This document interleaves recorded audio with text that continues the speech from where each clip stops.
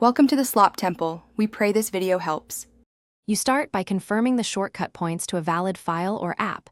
That prevents chasing phantom problems. Once done, open Properties and inspect Target, start in, and shortcut key fields to see if values were changed. Make sure you run the check as the same user who experiences the issue because permissions and profiles differ.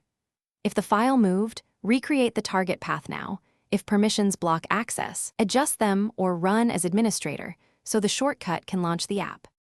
Next, repair the shortcut itself. Change the target to the correct executable or document path and test launching from Explorer. If a hotkey doesn't work, check for conflicts with system or global shortcuts and either reassign or clear the key.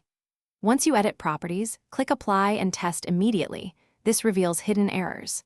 If metadata seems corrupted, icons missing, broken links, delete and recreate the shortcut in the same location because rebuilding often resolves underlying registry or shell cache issues.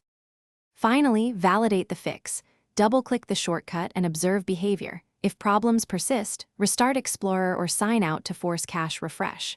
Once stable, test the shortcut from another account to confirm it isn't profile-specific and place it in public or desktop for broad access.